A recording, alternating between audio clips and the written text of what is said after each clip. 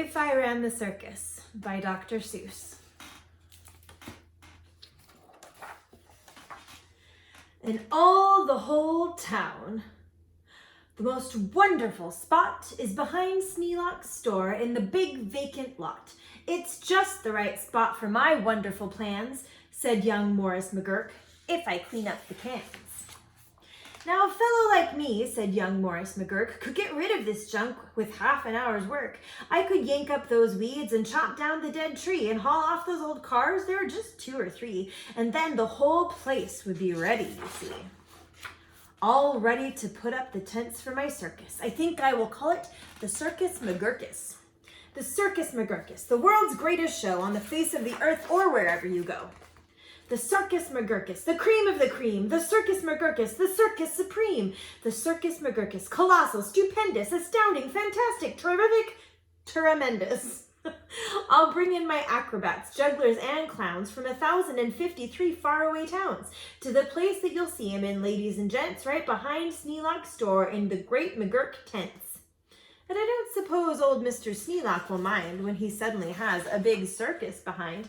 After all, Mr. Sneelock is one of my friends. He might even help out doing small odds and ends, doing little odd jobs he could be of some aid, such as selling balloons and the pink lemonade. I think 500 gallons will be about right, and then I'll be ready for opening night.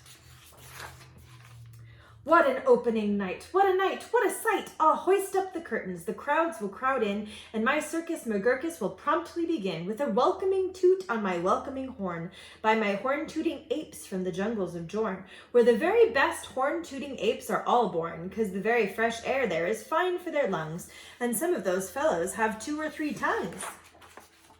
This way, step right in, this way, ladies and gents. My sideshow starts here for the first of my tents. When you see what goes on, you'll say no other circus is half the great circus the Circus McGurkus is. Here on stage 1 from the ocean of Ulf is a sight most amazing, a walrus named Rolf, who can stand on 1 whisker, this wonderful Rolf, on the top of 5 balls, 2 for tennis, 3 golf. It's a marvelous trick if I say so myself.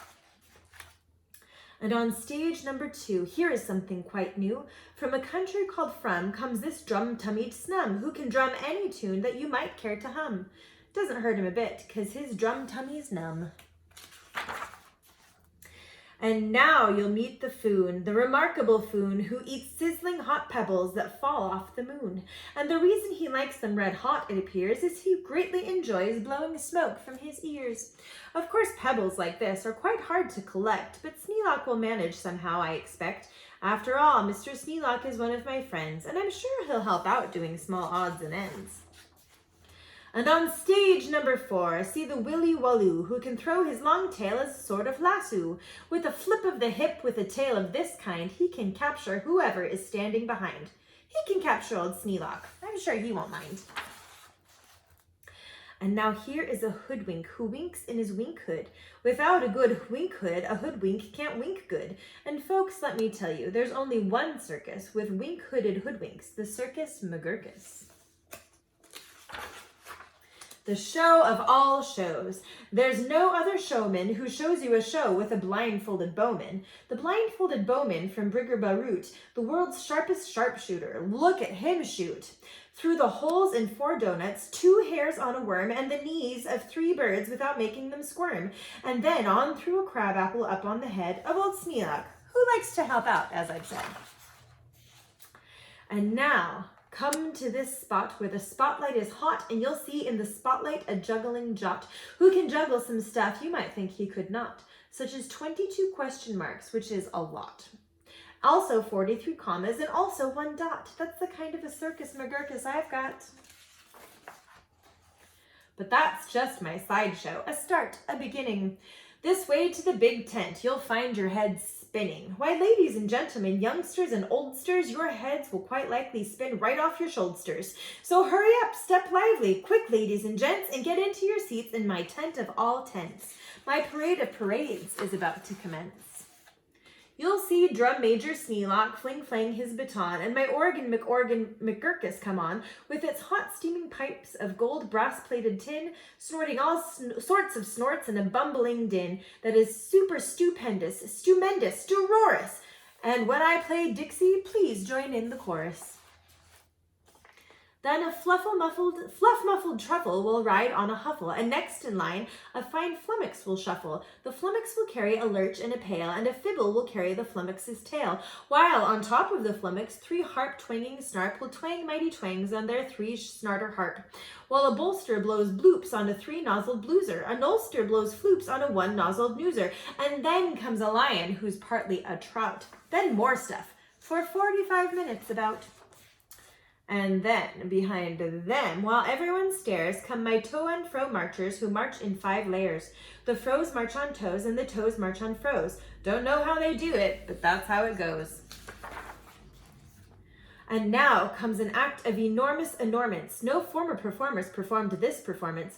This stunt is too grippingly, slippingly frightening. Down from the top of my tent like greased lightning, through pots full of lots of big sticklebush trees, slides a man. What a man on his roller skate skis. And he'll steer without fear, and you'll know at a glance that it's Sneelock, the man who takes chance after chance. And he won't even rip a small hole in his pants. And now here, in this cage, is a beast most ferocious, who's known far and wide as the spotted atrocious, who growls, howls, and yells, the most blood-curdling sounds, and each tooth in his mouth weighs at least 60 pounds. And he chews up and eats with the greatest of ease, things like carpets and sidewalks and people and trees. But the great Colonel Sneelock is just the right kind of a man who can tame him. I'm sure he won't mind. Then I'll let Sneelock off for a few minutes' rest, while high over your heads you will see the best of the world's finest, fanciest, breezy trapezing, my zoom-a-zoop troop from West Upper Bendeezing, who never quite know while they zoom and they zoop, whether which will catch that one, or who will catch whom, or if who will catch which by the what and just where, or just when and just how, in which part of the air. Aye, aye, what a circus, my circus McGurkus. My workers love work. They say, work us, please work us. We'll work and we'll work up so many surprises, you'll never see half if you had 40 eyeses. And now, again, Sneelock. Brave Sneelock is back risking life on my patented life-risking track. While the speedsters I call my colliding collusions race round in swift cars called abrasion contusions, and Sneelock just lies there, not one bit excited. I know he won't mind. He'll be simply delighted. And here, in a contest of brute strength and muscle, Kid Sneelock, my champ of all champs, will now tussle and wrestle a beast called the Grizzly Ghastly and slap him around. Then he'll slap him down fastly and pin both his shoulders right tight to the mat. Old Sneelock, Kid Sneelock will love it. I'm sure about that. And while that goes on there, look at this go on here. Have you heard of my herd of through horns jumping deer? Every deer jumps through horns of another, pell-mell, while his horns are jumped through at the same time as well, by a deer whose horns also are being jumped through by another who's having his horns jumped through too, which I'm sure trainer Sneelock can train them to do. Then the whole tent will ring with hoorays and wild shouts when I wheel in my whales and they turn on their spouts. Just like this guy. First, my whale number 1 with an aim that aims true spouts a spout that spouts Sneelock to whale number 2. And then whale number 2 spouts his spout like a gun, and that spout spouts old Sneelock right back to whale 1. And then forwards and backwards on spout after spout, my great spout rider Sneelock gets spouted about, just as long as the water they're spouting holds out.